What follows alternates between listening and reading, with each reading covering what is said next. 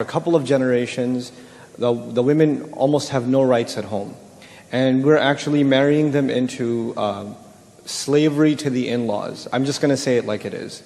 There are cases of psychological abuse that are far worse than any kind of physical abuse that are happening in, what was supposed to be originally a big happy family, the joint family system, but has now turned into literally psychological torture for these poor women who marry into these homes, and their lives are just given into serving whoever, and they're actually forced, in many cases that I personally know of, they are forced to go to work, and not a penny of what they earn they get to see themselves.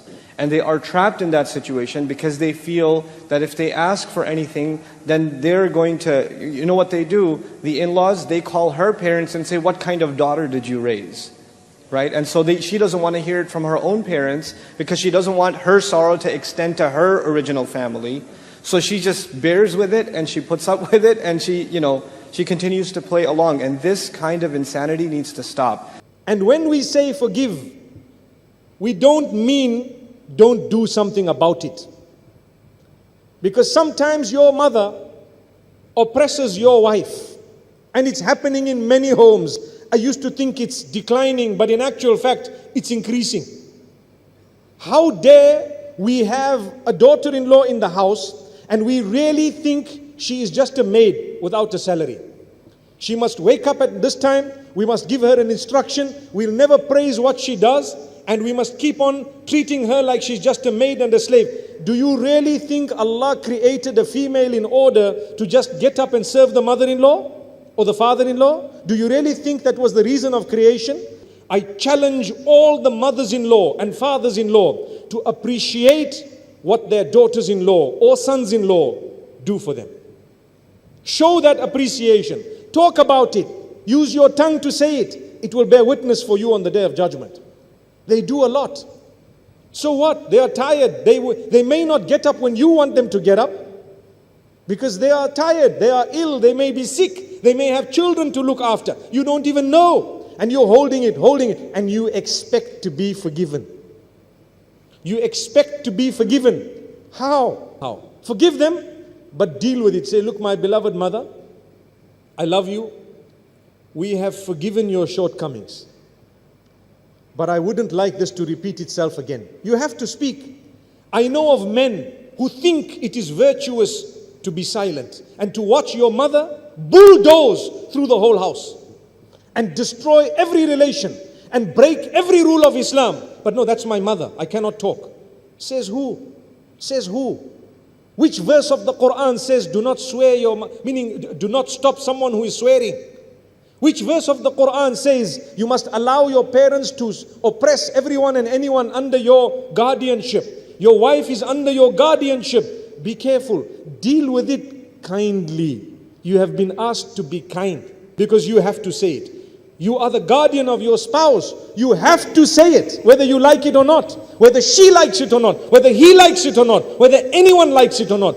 You have to say it. So, out of frustration, sometimes you say things that are hard, harsh. You don't realize that's not your child, it's someone else's daughter, someone else's son. You've hurt them. When someone else hurts the child of another person, the hurt is deeper, the cut is deeper than if it was your own child. Remember that.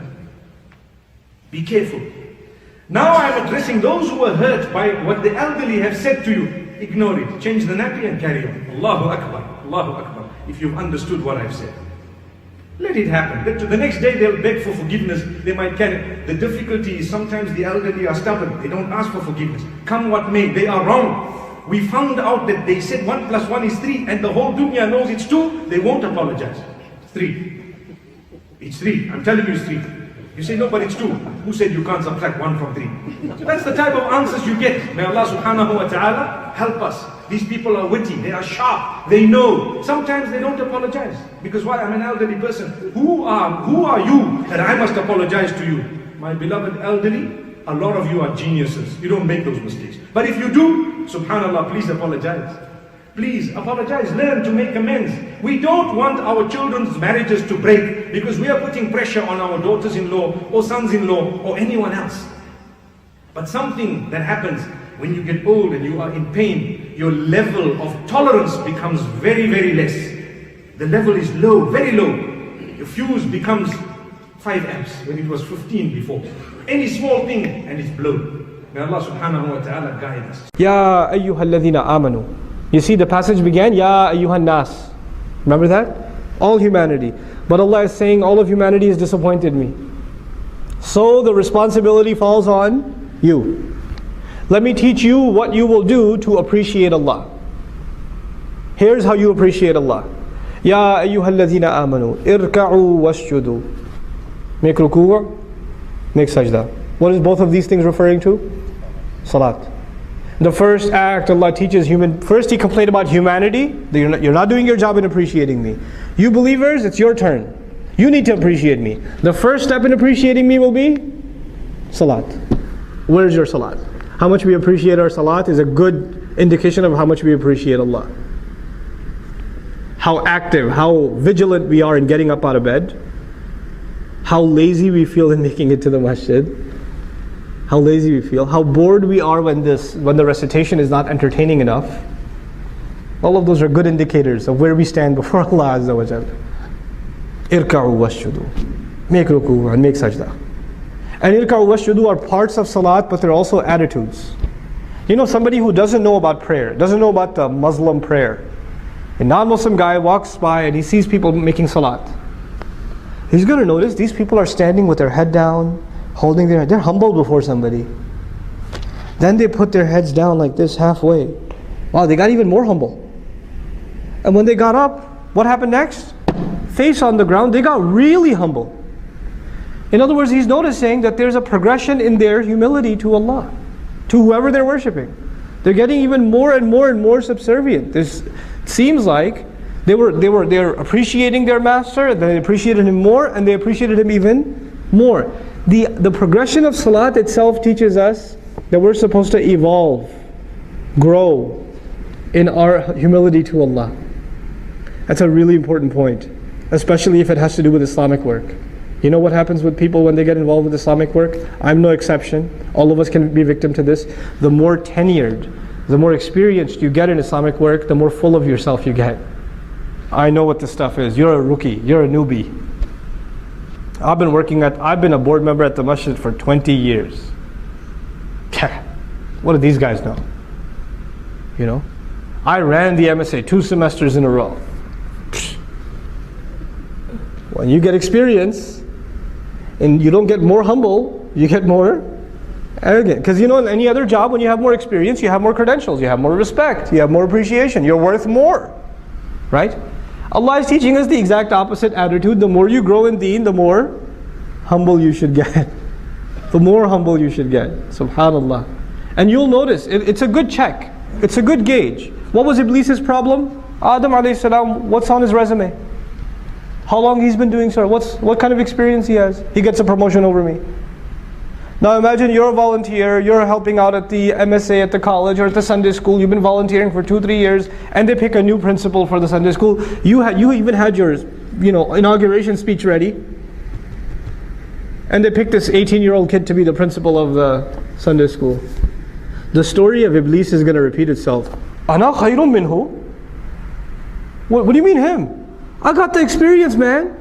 I should have been the principal. That should have come to me. The story repeats itself. It's not just a story that happened a long time ago. You know? So this idea, as the more we serve, the more we're going to become humble.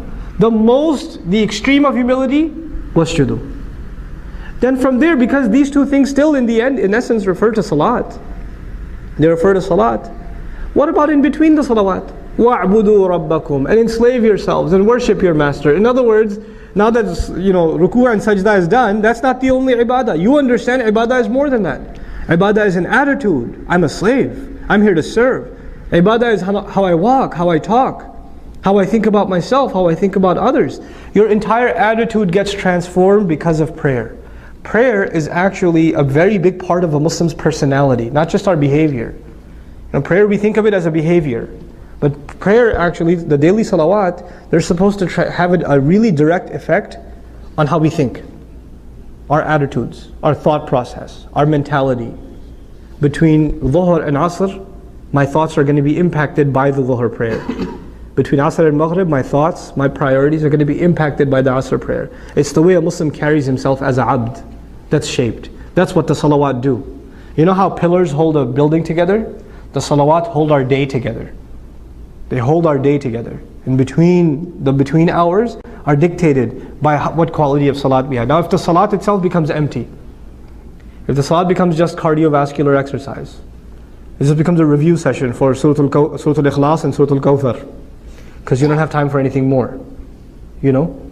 If it just becomes that, you're not going to see a change in your personality.